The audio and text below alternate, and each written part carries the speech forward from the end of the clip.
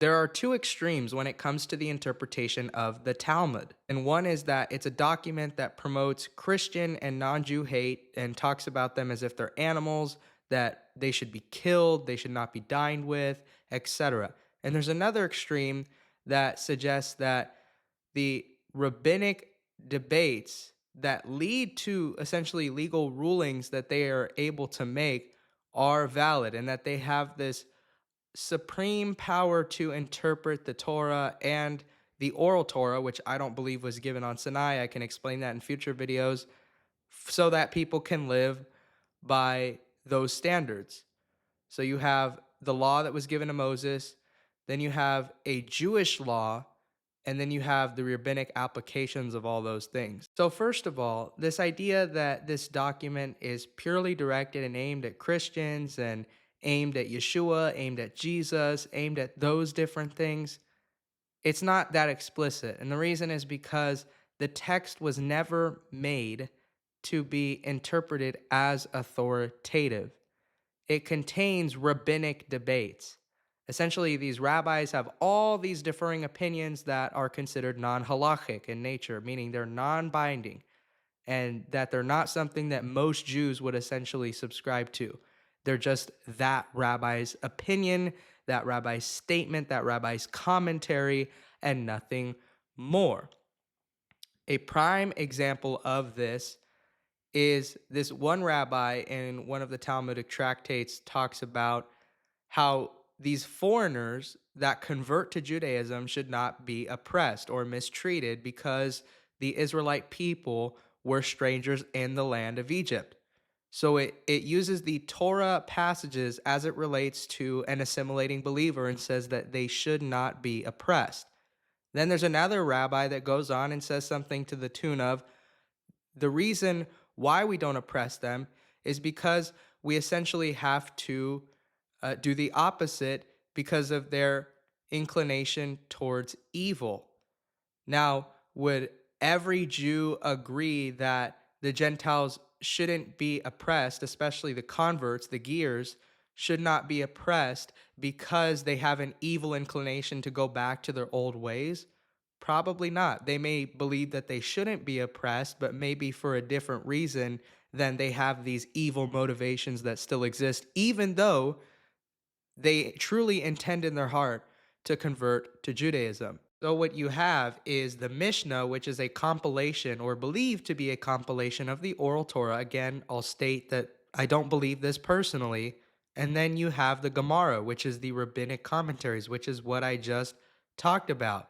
So, we have to keep in context that a lot of this Mishnaic literature was written at around 500 CE when the Romans were oppressing the Jewish people. So, of course, they were going to have contempt for an empire and, essentially a religion, Christianity, that was spreading around the world. Of course, there is no excuse for this, just like there is no excuse for Martin Luther, who wrote some pretty anti Semitic things towards the end of his life. So, in the eyes of a Jew, these commentaries are just about as authoritative as the early church fathers are in the eyes of someone who is sola scriptura. These church fathers may share opinions that sound completely unhinged and are totally repugnant to the doctrines that are found and taught in the Bible.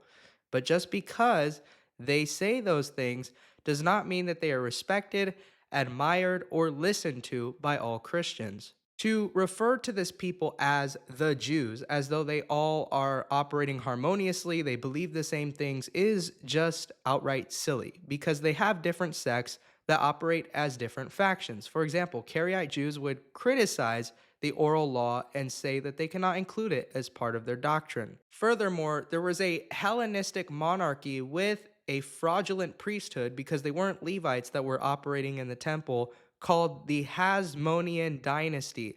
And this is a period in time that occurred just after the Maccabean revolt, in which there was a division between a group known as the Pharisees in the first century and another group known as the Sadducees with distinct beliefs. For example, the Pharisees believed in a resurrection of the dead, full bodily resurrection. I'm not talking about the distorted Maimonides interpretation of solely the resurrection of the soul. And the Sadducees did not believe in the resurrection of the dead.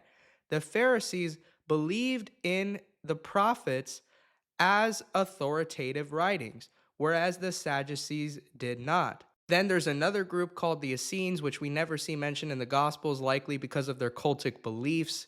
They deviated away from the Tanakh significantly. They didn't believe in defecation on the Sabbath, some of them at least. Others really deprioritize the value of money and making a living in life.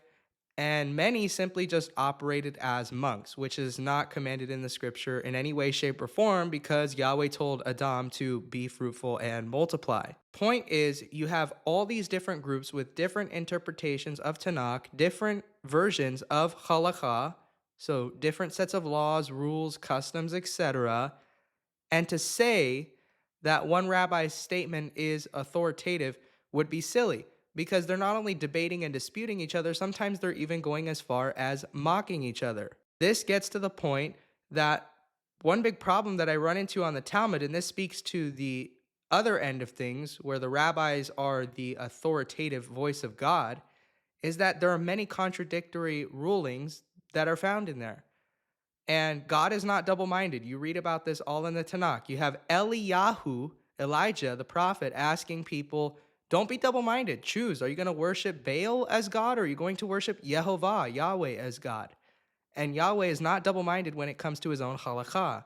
So why would he be okay with men making their own different rulings that contradict each other so that no one has a clear path forward? Of course, he's not. And this gets to my talk about mysticism a little bit because a lot of people have trouble with understanding the Kabbalah. There are some debates that I've read about, well, Kabbalah isn't inherently contradictory to scripture. It's just about finding the mystic, secretive parts of Torah that people don't understand. It's almost similar to Agadah literature, which is just allegorical explanations and interpretations of the Bible that aren't supposed to be taken purely literally. They're supposed to be taken symbolically because they have a really deep meaning that is meant for a more learned student. But all this contradicts this idea in Deuteronomy or Devarim when Yahweh talks to the people of Israel and says that the secret things belong to Yehovah, they belong to him, whereas the revealed things belong to the children of Israel. So if the knowledge and wisdom that Yahweh reveals to all Israel belongs to those who want to follow him with a contrite heart, why do you purport to constrain it to a select few elite students? But my real question is, why would you even purport to have secret divine knowledge that comes from a book that was forged? The Zohar, according to many Jewish and even secular scholars, was not done in the 2nd century. It was not a compilation of all these novel writings that came from Rabbi Simon ben Yochai.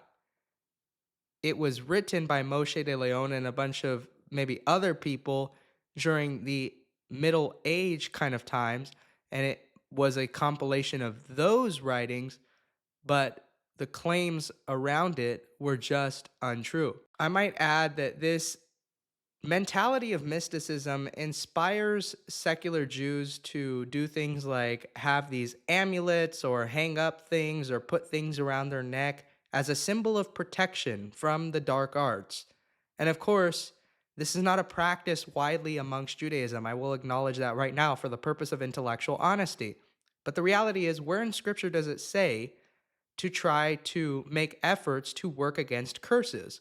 If you are indeed the people of Israel and you believe what the Tanakh says, Balak, if you look at that incident in the book of Numbers, when he tried to curse the people of Israel, Yahweh said, you can't curse my people. They are uncursable.